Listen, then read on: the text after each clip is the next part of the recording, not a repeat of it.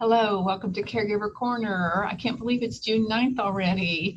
Welcome back. It's Tuesday, June 9th. So we are glad to be with you from the Arkansas Geriatric Education Collaborative.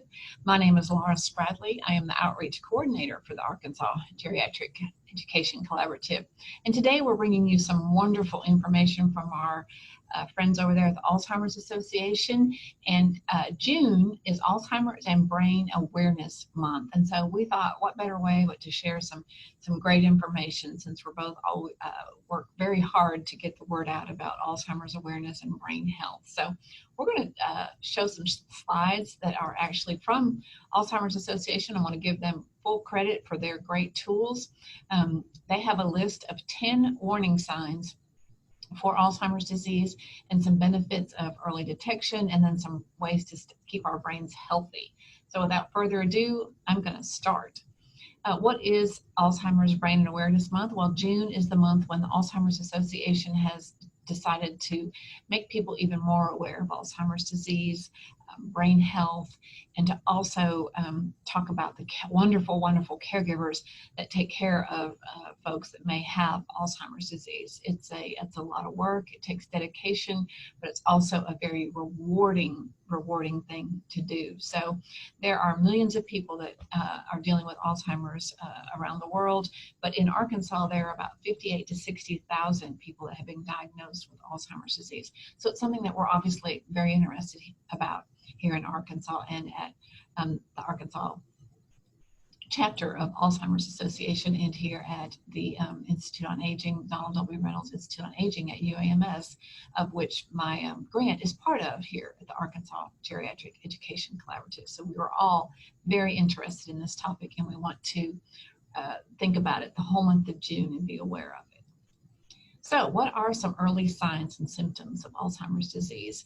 I am borrowing their graph again that shows the signs and things that we go through in normal aging, and then that's in the left-hand column, and on the right are the 10 warning signs of Alzheimer's disease, and we'll kind of just compare them side by side. So as we age, the first topic is sometimes we forget names or appointments, but we remember them later. Okay, that's the important thing to remember. And on the right-hand side, it talks about memory loss that actually disrupts your daily life. Okay, you can't recall those things. You can't recall how to retrace your steps. You go into a store and you may get lost. You come out to the parking lot and you absolutely do not know where you have parked your car, or your loved one may be going through this, but they can't retrace their steps. So then that starts to begin to affect their daily life. Okay, you and I, if we don't have a diagnosis of Alzheimer's or aren't worried about that, we can retrace our steps and remember what we were there for. The second item is, as we age, we might make occasional errors, like when balancing our checkbook or something. They make that example here.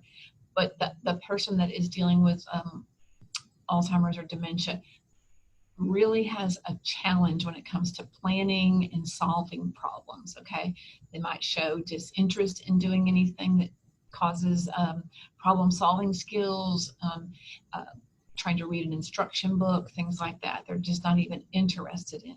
Okay, the third thing was we all need occasional help with all these wonderful electronics that are around nowadays, maybe to set new things on the microwave or the TV remote, or you get a new TV and you're trying to set it all up, but we can eventually learn it. Okay, on the other side, something that you might want to talk to your doctor about is if you just can't complete normal things that you used to do at home, cooking, using recipes, simple tasks, a hobby, just doesn't make sense to you anymore. The steps aren't working for you or your loved one. Okay, and this can even be a hobby, knitting, sewing, anything like that, just becomes more cumbersome. We might, as we age, become confused about what day of the week it is just for a split second, okay? But we recall instantly, oh, it's not, Monday, it's Tuesday today, okay? But the other person that may be suffering with this is confused with time and place and really can't recall that, no, this is Tuesday, okay? Or what year it is, those kind of things. As we age, our vision does change, but it's usually the result of cataracts, something like that. But in Alzheimer's, they have trouble understanding visual images and spatial relationships. Okay, so that's why we say allow more space between you and the car in front of you, those kind of things as we age. But they really have trouble with this. And then sometimes they have trouble finding the right word, which you and I might have trouble finding the right word, but they just really can't recall a simple thing like a watch or something like that. They'll call it a hand clock or something. So they kind of know what it is, but they can't find the exact word or definition for what they're trying to say. And that can be also shown in difficulty in writing, okay? We all misplace things from time to time, and we are able to go back and retrace our steps. Where was I last going? Where did I might have laid my purse down the last time I went wherever it was? Was I in my car? Oh, I'll go right back there. I'm sure it's in my car. People with Alzheimer's disease, or if you're concerned about this, you can't retrace your steps and you're always losing things, and you just can't even go backwards to begin to say where you were and what you might have been doing when you misplaced something. If you're with your loved one a lot and you have concerns, you might see that they have a decrease in their judgment. They're just not making good decisions like they used to, okay? Now, you and we all make bad decisions once in a while, but this loved one or yourself might be just making bad decisions all the time, giving away money that's not usually like them, giving away prized possessions, things like that. We all get tired of work or family and social obligations. Sometimes we're just tired and don't want to go. But when you or your loved one, if you notice that they just absolutely don't want to go to social events, they don't feel like they can partake in the conversation because they lose track of what everybody might be saying, and it's hard to follow conversations in a group, you'll see that they become more withdrawn and just don't want to participate in social or work activities. And you should see probably in normal life, we get irritable when things are disrupted a little bit. I know, like at a certain time, we're supposed to go to bed, we're supposed to eat, blah, blah, blah. But in someone who may or may not have Alzheimer's, you will see changes in their mood and their personality. And these are things that you know just by being around them a lot, that something's just different, okay? And these are 10 things that you need to just think about and then be able to talk to either your provider, if you're thinking it's you, or if it's a loved one, being able to go to the doctor with them and saying, hey, I've just noticed these few things, okay?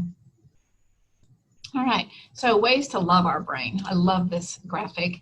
It says it's never too late, okay? We need to start now, all right? Keeping our brain healthy. And we'll just start, I'll start at the top where it says hit the books, okay?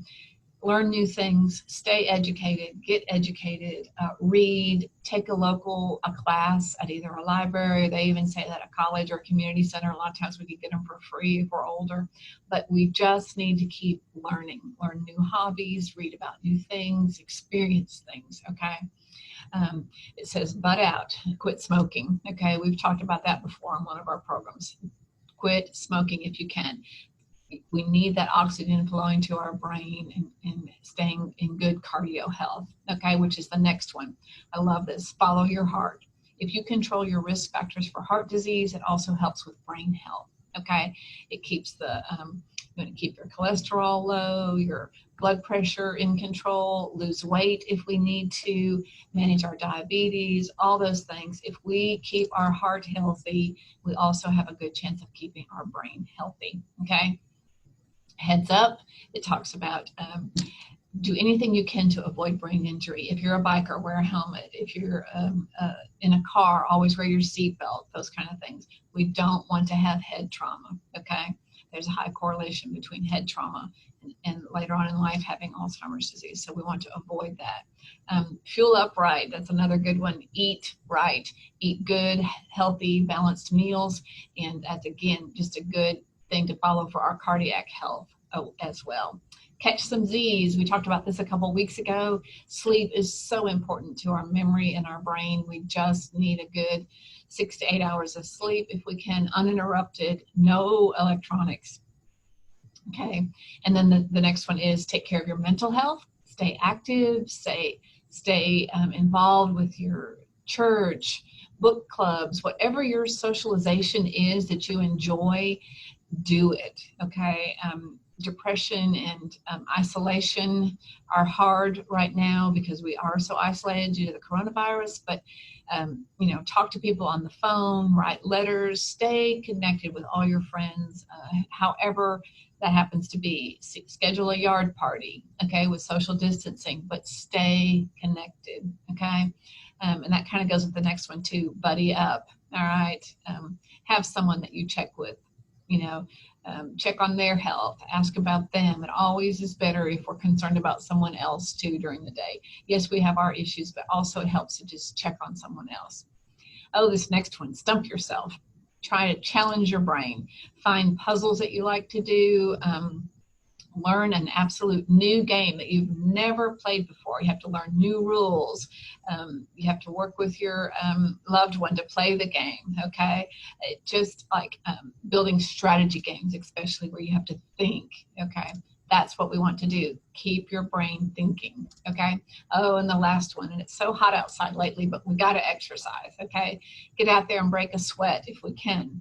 Start small. If you haven't been exercising, start small, okay? And check with your physician before you start exercising, obviously. But anything we can do to increase blood flow to our brain is going to help, okay?